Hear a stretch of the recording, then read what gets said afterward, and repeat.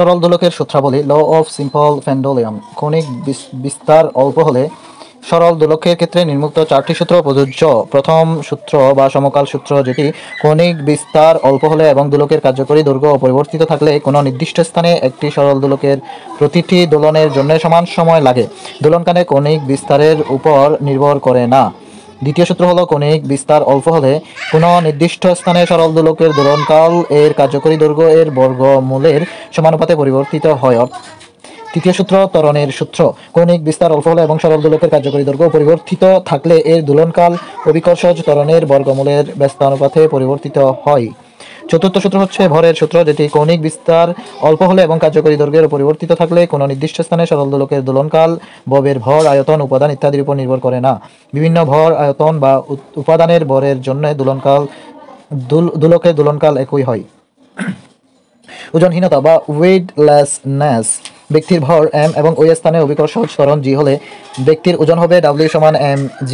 অভিকর্ষজ ত্বরণের মান কমতে থাকলে বস্তুর ওজন কমতে থাকে। যখন অভিকর্ষজ ত্বরণ মান 0 হয় তখন বস্তুর ওজন থাকে না। একেই বস্তুর ওজনহীনতা বলে। যদি কোনো ব্যক্তির উপর পৃথিবীর আকর্ষণ বল না থাকে তাহলে ব্যক্তি ওজনহীন হবে। ব্যক্তি নিজেকে ওজনহীন মনে করে অসীম দূরত্বে কিংবা ভূকেন্দ্রে, যেমন g সমান 0, কিংবা পৃথিবী এবং চাঁদ বা অন্য কোনো গ্রহের মাঝামাঝি স্থানে, যেখানে কোনো বস্তুর উপর পৃথিবীর আকর্ষণ বল চাঁদের বা অন্য কোনো গ্রহের আকর্ষণ বল দ্বারা নিষ্ক্রিয় হয়ে যায়। লিফটের ওজনের তারতম্য, variation of weight in lift. একজন ব্যক্তি লিফটে সমবেগে উপরে উঠলে বা নিচে নামলে তার ওজন কোনো পরিবর্তন হবে না, কিন্তু লিফটে ত্বরণে উপরে উঠলে ব্যক্তির ওজন অনুভব করবে w সমান m অর্থাৎ g + a, অর্থাৎ বেশি ওজন অনুভব করবে। লিফটে ত্বরণে নিচে নামলে ব্যক্তির ওজন হবে w সমান a বা g - a, অর্থাৎ কম ওজন অনুভব করবে। মহাশূন্যে ওজনের তারতম্য বা variation of weight in space.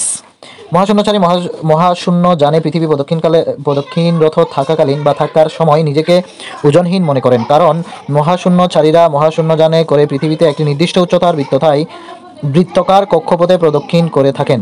এই বৃত্তাকার গতির জন্য মহাশূন্যযান পৃথিবীর কেন্দ্রের দিকে ওই উচ্চতায় g এর মানের একটি ত্বরণ হয়। ওই অবস্থায় মহাশূন্যযানের দেয়ালের সাপেক্ষে মহাশূন্যচারীর ত্বরণ 0 হয় এবং মহাশূন্যযানের দেয়াল বা মেঝেতে কোনো বল প্রয়োগ করেন না। ফলে তিনি তার ওজনের বিপরীত কোনো প্রতিক্রিয়া বলও অনুভব করেন না, তাই তিনি ওজনহীনতা অনুভব করেন।